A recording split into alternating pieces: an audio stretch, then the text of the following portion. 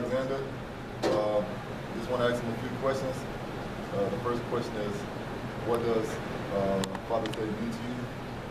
Well, Father's Day means a lot to me because growing up I didn't have a father, but I had my uncles, I had my coaches.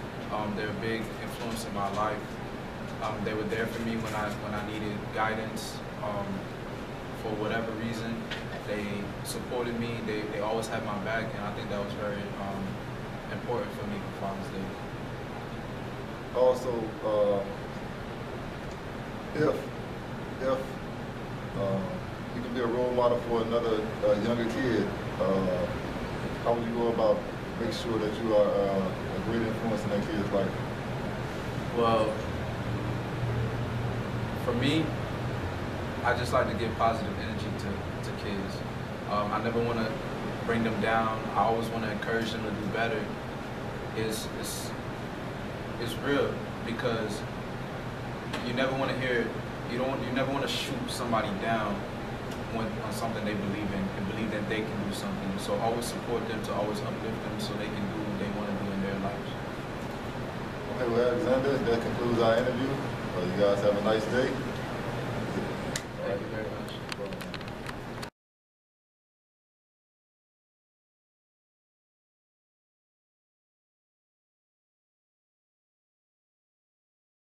What's up, everybody? I'm here with Pastor Jackson, you know, one of my good friends, mentor, I can say for myself.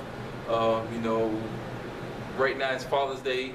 I want to get information and, you know, some biblical standpoint about Father's Day and the importance of Father being in the house and what the Father's Day mean to him. And can he give us, the people, some inspiration about how if a man or a boy or a child doesn't have a father, how can God play a big place in their life and how they go about that? But the first question I want to ask you, Pastor Jackson, how you doing today? I'm doing good. All right. Enjoyed well. the service today. You know, keep your head up. I just want to say that. And the question is, what does Father's Day mean to you? Well, Father's Day is important to me because it is a day that's set aside to recognize and to honor the fathers. And for biological fathers, stepfathers, or those that play the role as the uncle, the coach, whatever type of fatherly, you know, image that someone played in a person's life. Yes. So, you know, today is a special day to me for that reason. Okay. And for, I guess for, if I was a certain individual that my father wasn't there, how can God play a part in that person's life if their father wasn't there, and how they can get some type of fatherly advice if they read the Bible? Well, that reading the Bible is great, and as we read the Bible, we learn things, and then to have guidance to guide us and teach us as we read the Bible is even better. What happened in my own life is, I can speak from experience. My grandmother took me from my mother, and my father wasn't in my life. But there was an uncle, or uncles, and then later on in life, I played sports. And as I played sports, it was my track coach that stepped in. He was a Christian man. So my prayer was, I wanted a father. I wanted to, you know, have the example of a father and the influence of a father outside of my uncles, because I would go to my cousin's house, and you know, and then their father was there, and it was like, okay, well, that's your father, you know. Yeah. So as a kid, I always imagined what it would be like. In fact, my father was so non-existent in presence until I used to tell people he was dead. Wow. So, I always wanted to meet him, and just one day I did.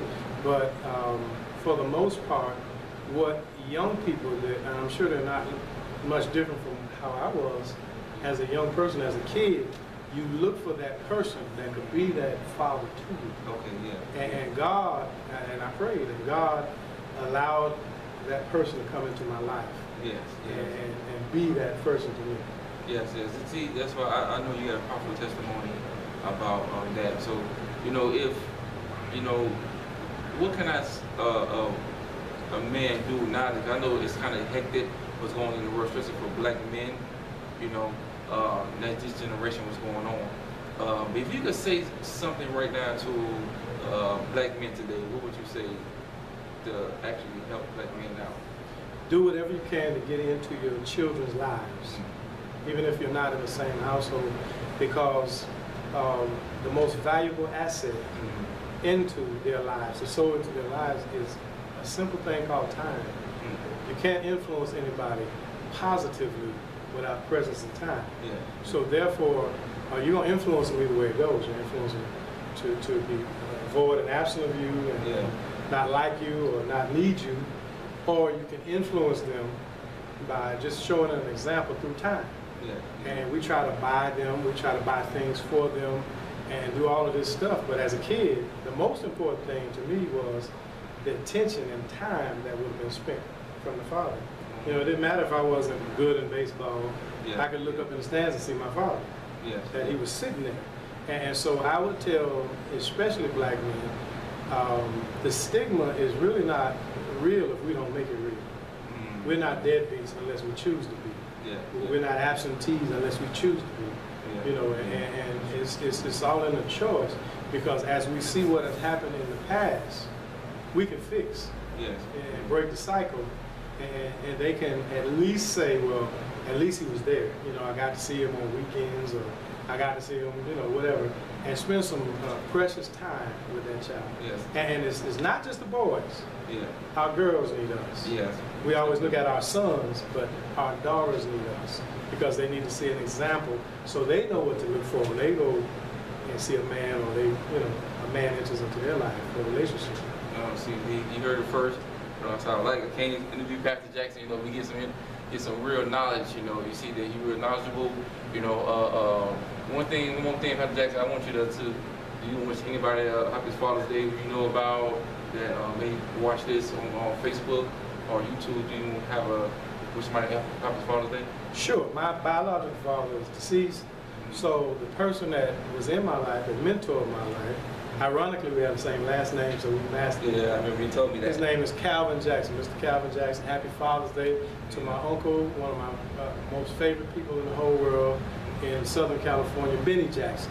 So those were the people in my lives that really I tried to pattern myself after. Okay. See, that's a wonderful thing. Hopefully, you know, the next episode, for our first episode, this is like a sample video, but our first episode, we're going to have Pastor Jackson back, Lois Will, about a role of a husband in the home and a role of a wife in the home. So, you know, Pastor Jackson, you want to give people your Facebook page or the church website they can visit, or they can follow you on Facebook for anything that they want to find you about, who are watching the video. Do you want to give me your Facebook page? Sure. On a personal level, you can look me up on Facebook, Lushawn Jackson. Lushawn is my first name. I'm on Facebook. The church also has a Facebook page, Cathedral of Faith Worship Center. We're located Cathedral of Faith Worship Center, Inc. That is the one, because it's two, so you have to look at the one that says Cathedral of Faith Worship Center, Inc. And then we have a website, cofwcenter.org. You can look us up by one of those three. Or you can find my number on Facebook and just give me a call. I'll talk to you. Inbox me. I don't have a problem talking to you. Okay, see, I like that. You know, I think God for Pastor Jackson, you know, taking the time out to help us, you know, and we just want to see if we can talk to the young people and, you know, get something about Father's Day that, you know, most get looked over, you know, more than the other holiday. Mother's Day get more attention than Father's Day. But I think it's time for stopping and taking your time out, you know, to talk to us, you know, and, you know, we're looking forward to talking to you again.